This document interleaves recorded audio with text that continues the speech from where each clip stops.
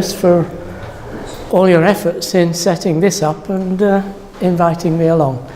I'm going to talk about some work that did with Stefan Hutzler and one of our students, Christine Sommer, in Dublin a year or so ago.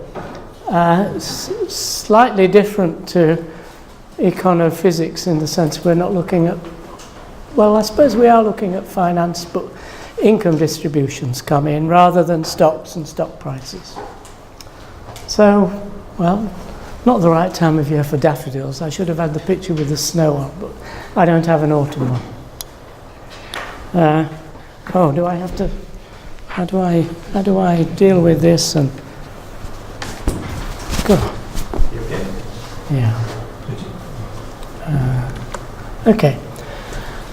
So what I want to kind of show you, the take-home message, if you like, of this is that you'll see that the gross national income per capita and the form of governance of countries appear to have some relationship. They're strongly correlated.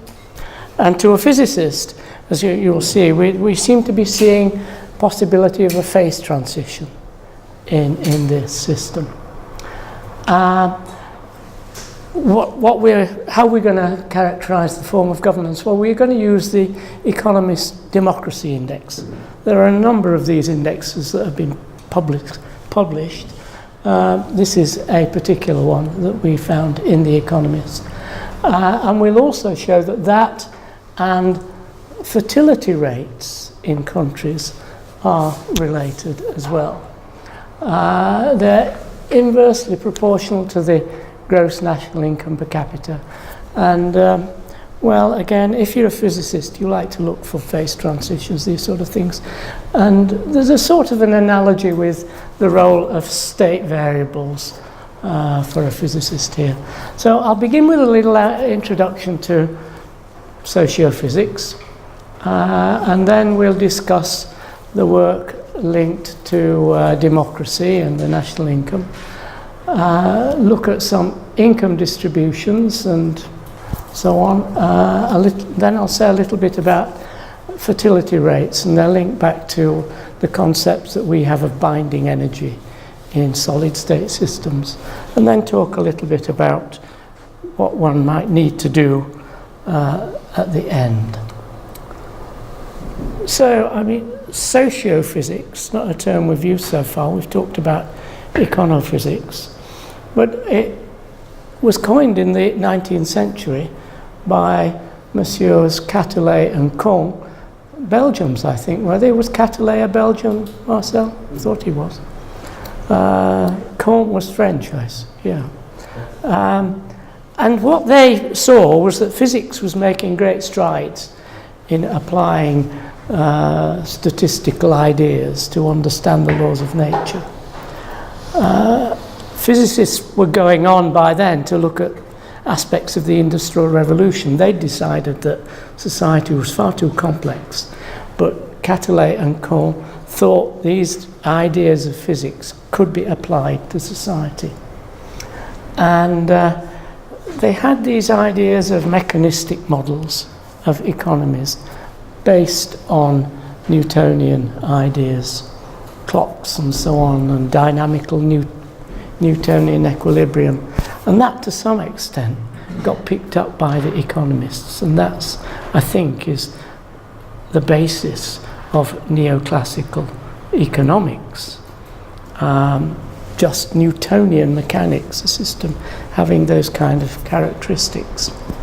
But the physicists went on, as was pointed out this morning. Gibbs developed the ideas of statistical physics, bringing in a rather new concept of state variables and the concept of a temperature. It's these kind of ideas that now I think we can see agent models can be built around. But instead of course, having 6 times 10 to the 23 particles that a physicist would be dealing with, very large systems, in economics or in social science, you have 10 to the 9 people in the world, so slightly different number of variables. Finite size scaling we have, and therefore we should say we study 10 to the power 10 particles. But yes, that is true. I remember, it must be going back in the 70s, when I was looking at colloid science, where you have sort of macroscopic particles, but just big enough to see under a microscope. The question is, how small can they become before the laws of macroscopic physics break down? And for these particles, I thought it was around 30 in a cluster, but that's something else. But what we've seen now is a variety of applications of this more recently, as physicists seem to have come back and taken an interest in the subject, to social networks and wealth distributions. Marcel has done a lot of work in that area.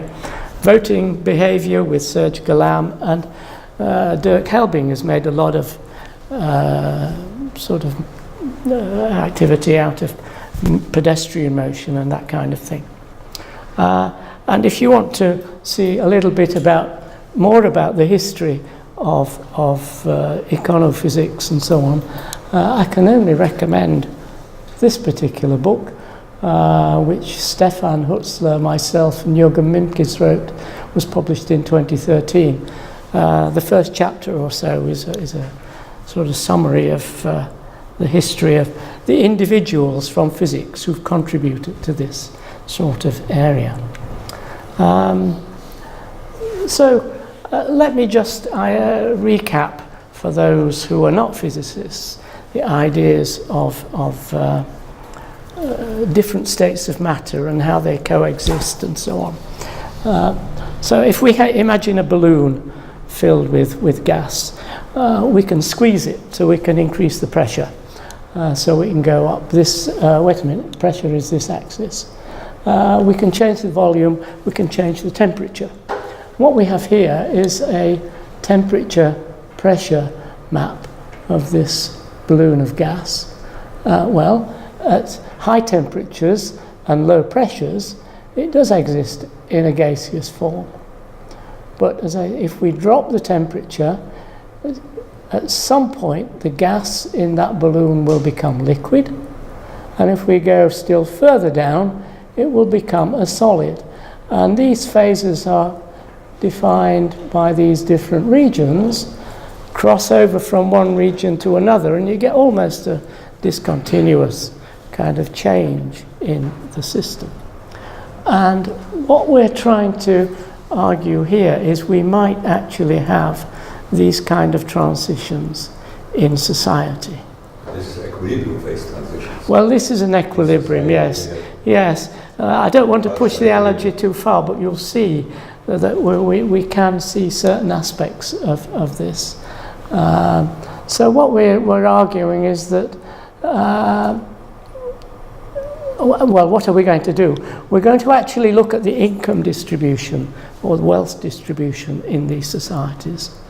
And we're going to obtain from that an effective temperature, in the same way as a Boltzmann distribution has a temperature associated with it. We're going to extract from these distributions an effective temperature to give us this axis, and we're going to have a different axis here based on a sort of democracy index. And you'll see that there's sort of things like this seem to be emerging in this system. As I said, the democracy index we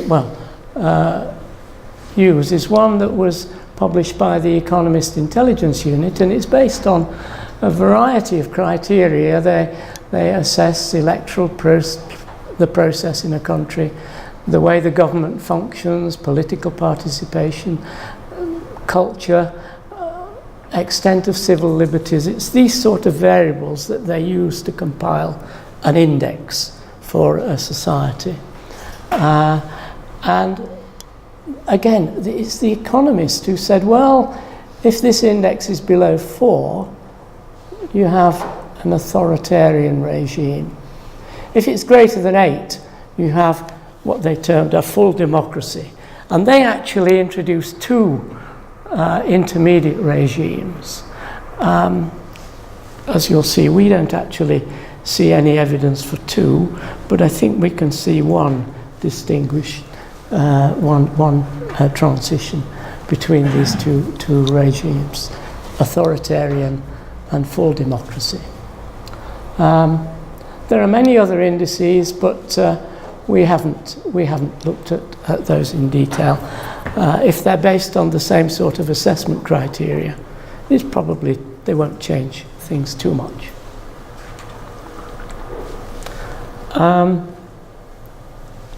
If we measure the gross domestic product, well, we could use gross domestic product. We could use gross national income in trying to get this temperature. And what we found in the few examples we've looked at, that for our purposes, it doesn't really make much difference which you choose. So we're going to use gross national income based on various data that we found on websites.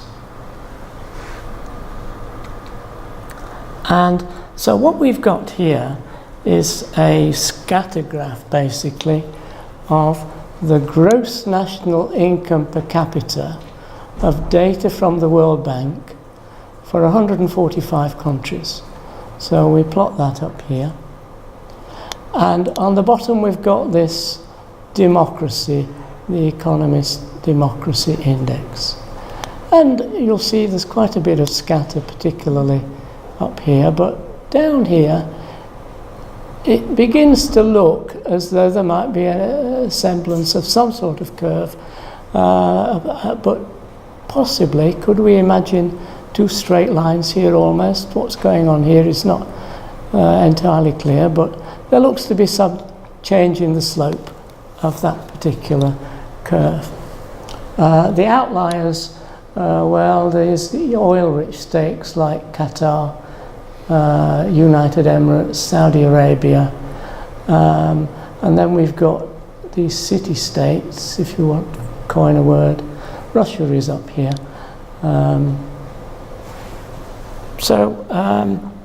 Let's have a look in more detail at what we can do with that. Just a little bit again about phase transitions. In a society, in physics, we can measure something called the specific heat, which is,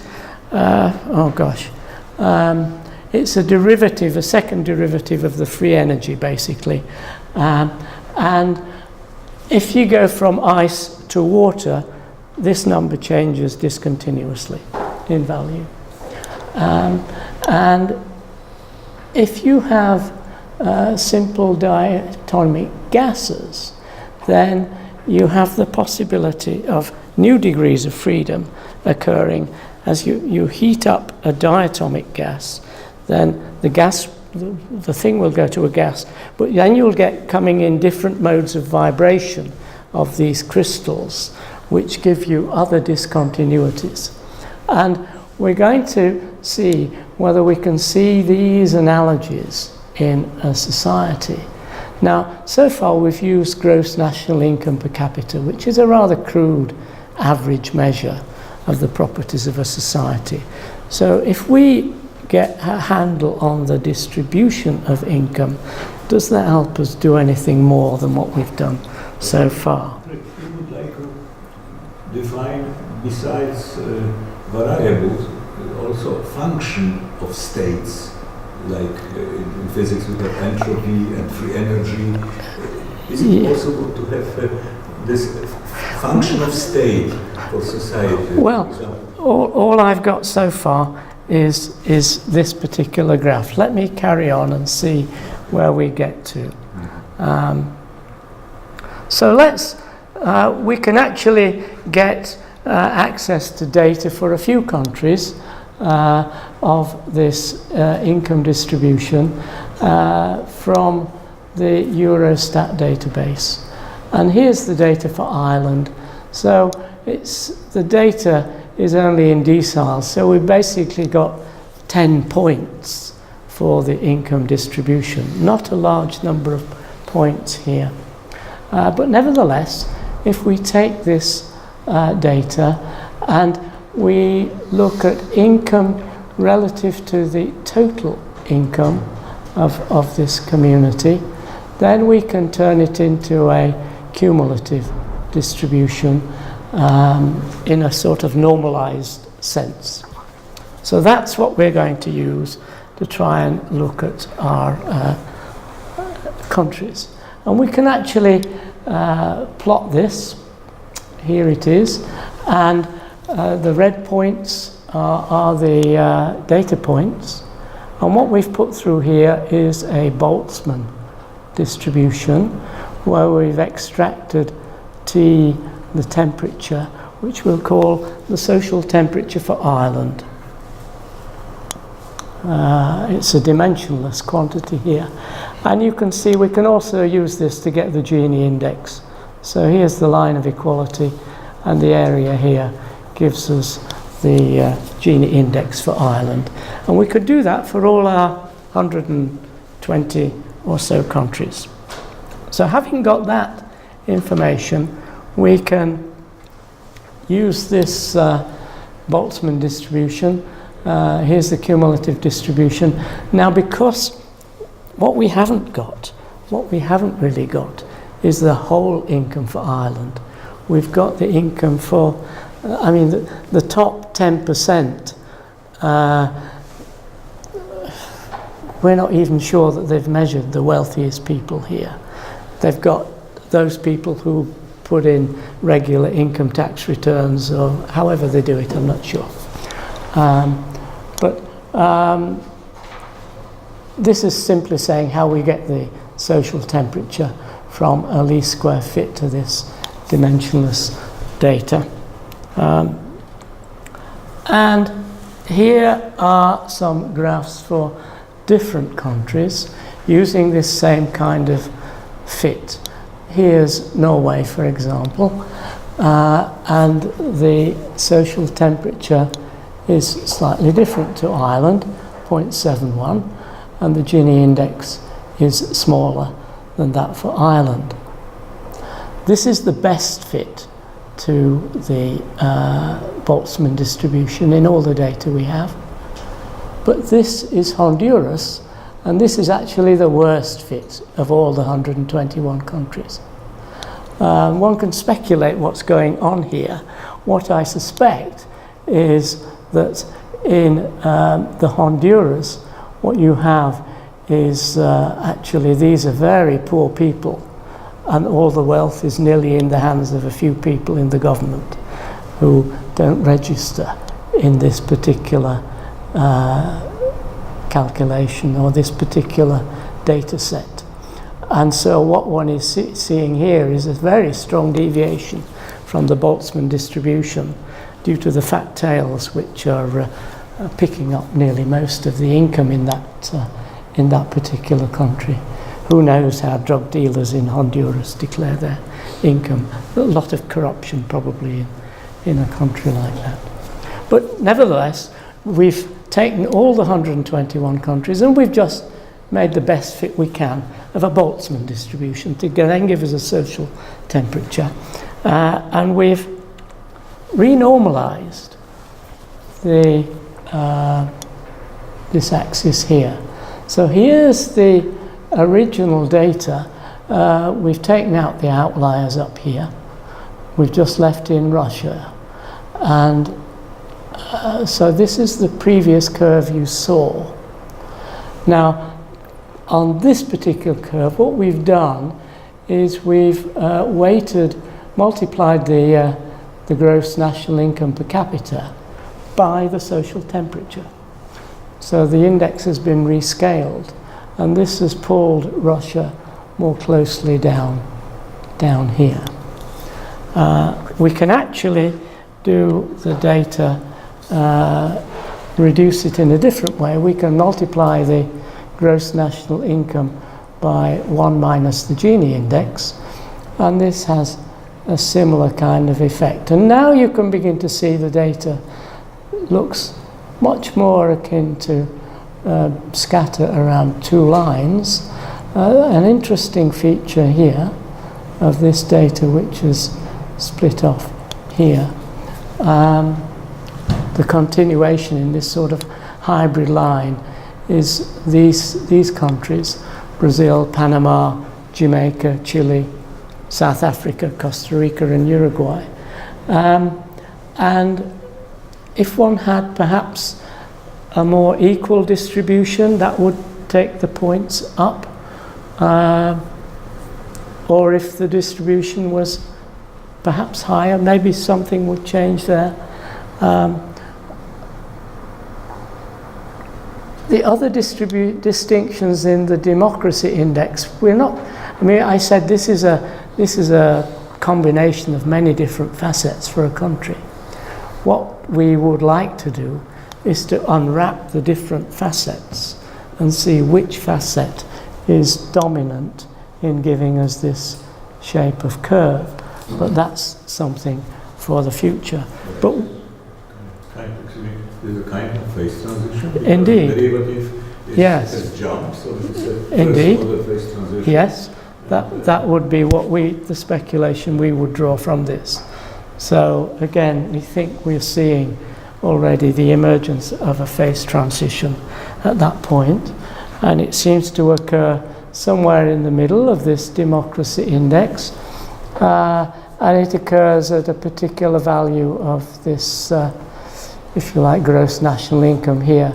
So, one would expect countries to change in their state, their social state, as they go through this sort of But is it possible to obtain from kind of micromodel this specific alpha rate, critical alpha, maybe basing on model human decision-making, very microscopic, because very characteristic points, so it should be, you see, interaction very strong, fluctuation large, so, and something linearizing, so there is a chance, at least in this, in the vicinity of this, to prepare such a, what people from business school probably like, to have this explanation basing on this human modeling. I feel it's an interesting area to explore that could be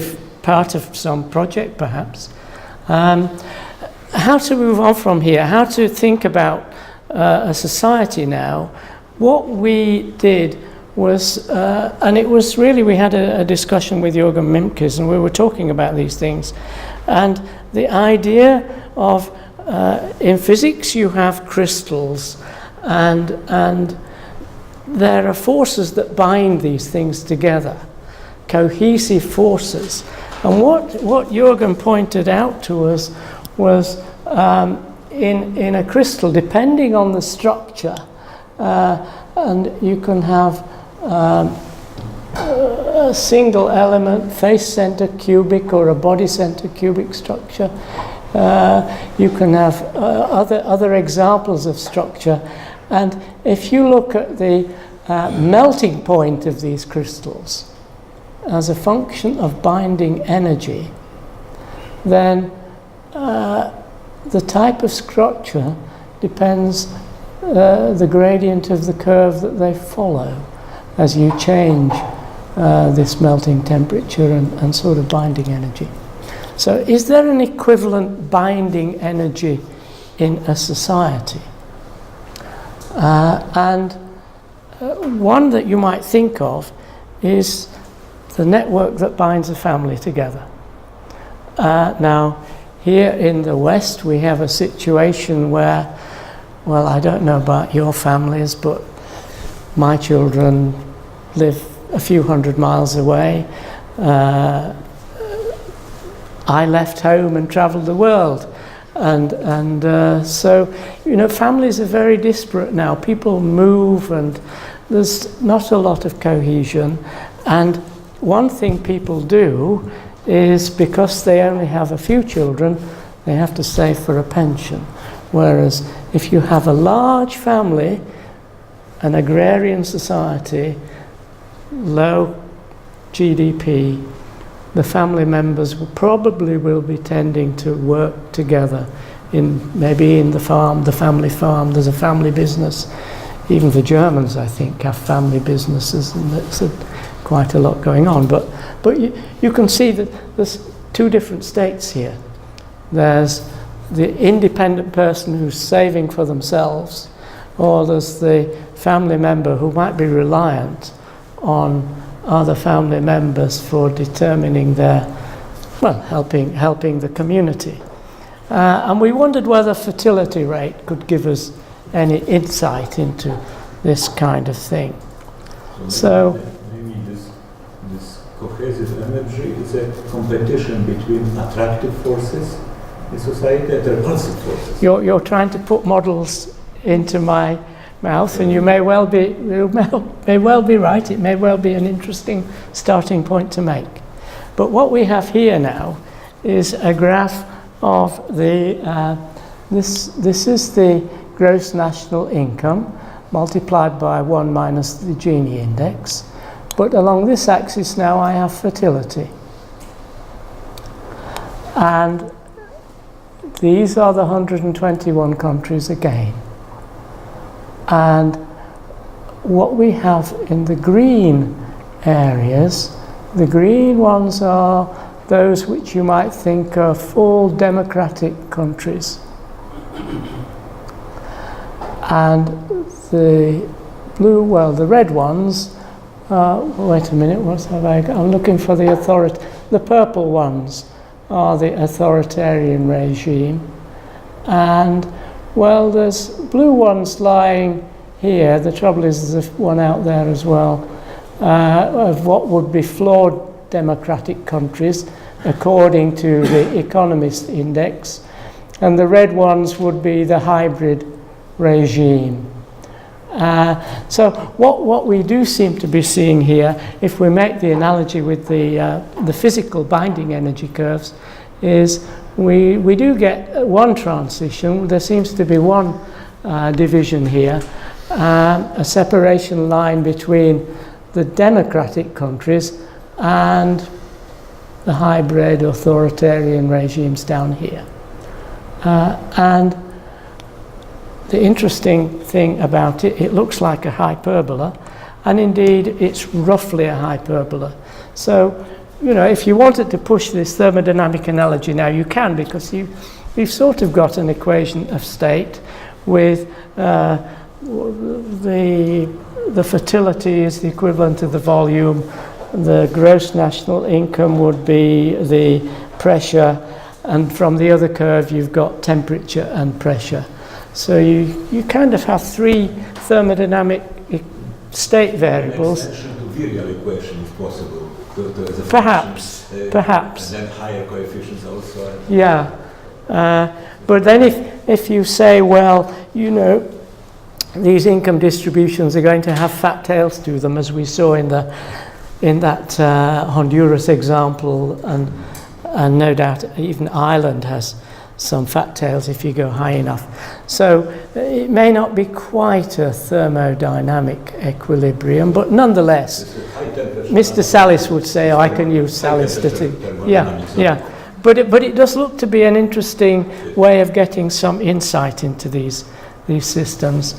What we think is there's a clear correlation between the income per capita and this democracy index, and we have here a ranking plot which reinforces that idea. And there seems to be a sharp transition between hierarchical and democratic societies, with the possibility of using fertility rates as the third state variable. And what we are thinking now is, can we track updates of these things to see how it evolves?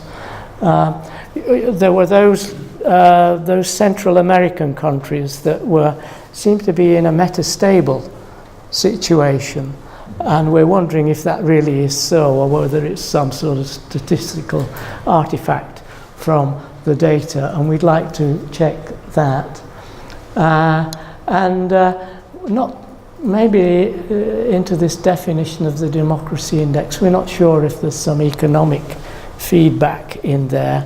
So there's a variety of things that need exploring, but we think on the basis of this that it could be interesting to do more down these paths. And I'm minded, I know that econophysics tends to look, physicists moved into this area partly because of the availability of big data, very high frequency data, many data points, hundreds of thousands of data points, so you've got really good statistics. And Paul Ormerod, who is down in Voltaire Associates, I don't know if some of you may know Paul, he always used to be critical of physicists who never really got their hands dirty with sort of partial data.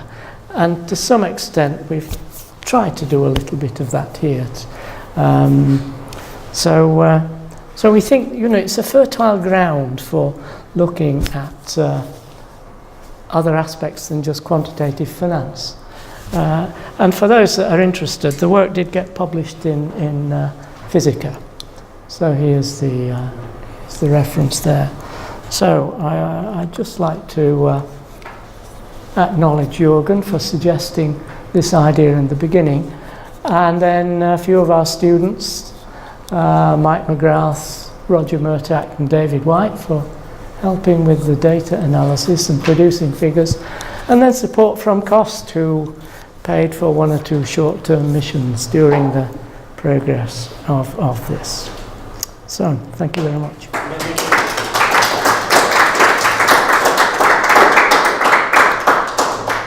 Any questions, comments? No. Do you have another one? Personal comment.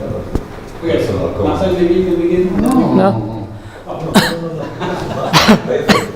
On the coffee break.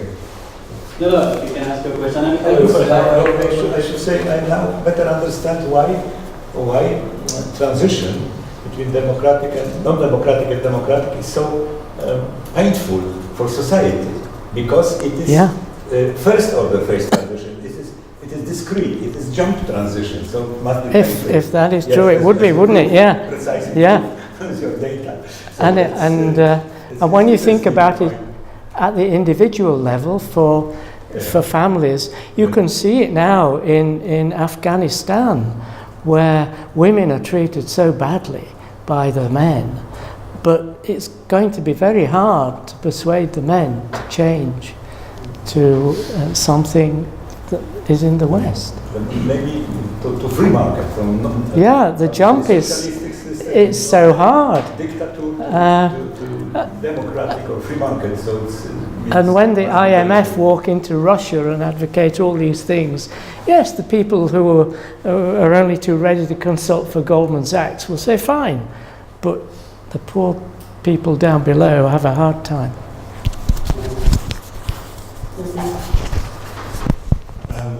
Would it be fair to say that you use physics as kind of mathematical metaphors, or is there a deeper connection between the physics and the social phenomena?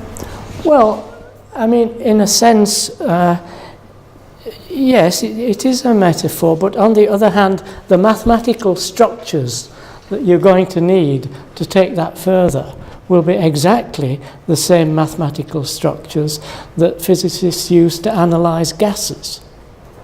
The only a difference will be the nature of the interactions, but interaction there will be. So as long as you've got an interaction, then you're going to inevitably, I think, have the same kind of outcomes. And statistical physics is probably one of the most ancient of physical methodologies. And it was probably only by chance that it was applied to gases first. Quetelet may well have applied it to social systems if he'd have been aware of it. So I don't think we should be too surprised that the apparatus, the structure, the mathematical foundations are going to give all these types of solution. So it probably is a fairly deep application of the subject to this system. It's a formal analogy. Yes. I mean, when a physicist thinks of molecules at this level, they're thinking of mathematical points. They're not actually thinking of molecules at all. If you want to think about a molecule, you have to go down and look at the details of the interaction. But you don't need much detail of the interaction to get this kind of outcome. So my guess is it will be the same with people. We get criticised for saying people, we can model them as points. But that's simply to try and extract the simple aspects of a system. The details will need a lot more work. But Peter, I know way to get to the paper of Schinckus and you and so on. And I thought I could not read from here. What was the scale of the temperature? Can you give me the numbers? To go. For information, because is it 5 degrees or what?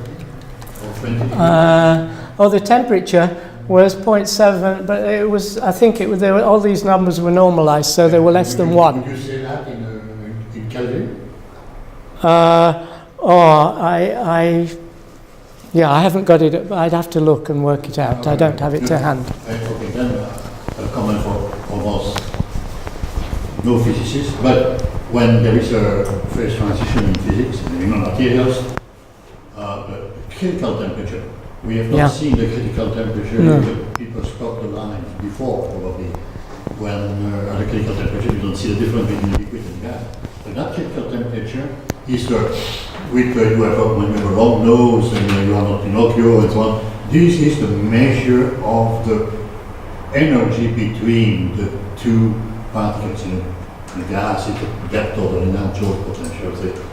And in the magnetic system, it's the strength of the coupling between the spins. So that's why I was asking the question on temperature. And you say, what is the temperature? What is the binding energy for society? Yeah. And that temperature, in fact, for material science guy like me, it's really a measure of the binding energy. Okay. Yeah. With the factor of 2, square root of 2, or square root of pi over 35 or something like that. I don't care. As you know, this is an order of magnitude of it is. If we want to make some modeling and have some idea on something realistic, the temperature and the binding energy would have to be a little bit similar. Okay. But I have another point, Peter, and maybe if we have to discuss it at the coffee break, let's do it. But when we look at the thermodynamics, there is another quantity which to me is very important, is the entropy. And you have not mentioned the word at all in the text. No. It is clear. Boltzmann distribution is presented here. It's P. He assumed entropy and then maximization of this entropy using some constraint, and then finally, so I would say this classical entropy, Boltzmann distribution is a result of entropy assumed type here in the background. Otherwise, how to obtain Boltzmann distribution for society? You must go using entropy and some constraint for society. So that's. But the question is, where is a place for power law? I see also the place for power law here, but it's no time to discuss here, because you see, no power law is here because you operate with Boltzmann distribution. Exactly. The question is, if you assume long-range interaction or dependence between quantities, then you see there is you should use, instead of additive entropy, you should use this Salis entropy, Salis entropy, and then if you make maximal entropy with some constant, you obtain Levy distribution, Levy power law. So it is what you said. It's extremely important to define the interaction or dependence in society. Otherwise, you have different physics, how to say. So that's crucial, absolutely crucial. Okay. I agree with you. Yes. Maybe just a last question, if I may. If I am just like to ask a question. Oh, as an organizer, you. It's just for the clarification. Actually, it's not a clever question. It's just for my clarification. I had the feeling that, I know that you're talking about correlations and so on, but I had the feeling that implicitly you have, in terms of causality, you try to assume, I don't know, this is my understanding, the fact that the fertility could have an impact on the GDP, could explain the level of GDP. So the causality would be fertility, GDP? No, we're just saying there's a correlation between the GDP and fertility. But no, there is no one. I don't think we were saying one implies one would come. Okay, it's just because when you were presenting, you said that if I have a family with one kid, then I will, I will save money for the future. But if I have a family I'm with... saying people have no option today. The children of today don't bail out their parents as they get old. We're not like India anymore in all these societies where, the children...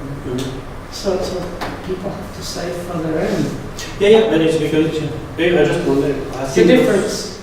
Yeah, sometimes... Maybe we're going to go back. I don't know. No, it's because people said sometimes the opposite, in the sense that it's because we... for example, in Thailand, they will say that, look, the government will give us nothing, so we have to be... it's important for us to have a lot of kids. It's because we don't have the pension. I mean... But what this would suggest, if you're in that kind of regime, then the gross national income overall of that society is not going to rise to the levels it would if everyone was sort of working for themselves and that kind of thing. All right. Okay. Thank you. Thank you very much.